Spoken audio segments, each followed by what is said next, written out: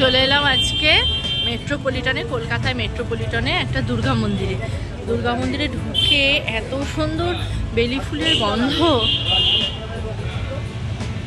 এত সুন্দর লাগছে মন্দিরটা। আমি রাস্তা দিয়ে যেতে যেতে দেখলাম, দেখে মনে হলো না এই দুর্গা মন্দিরটা একটু ঘুরে আসি। খুব সুন্দর লাগছে,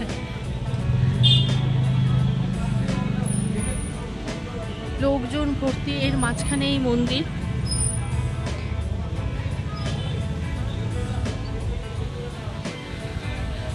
পেছনে একটা পুকুর, বছর কয়েক আগে এই পুকুরটা একদম নর্মাল ছিল, তাতে আবার ফোয়ারা বসিয়ে দিয়েছে এবং চারদিকটা বাঁধিয়ে দিয়েছে। এত সুন্দর লাগছে।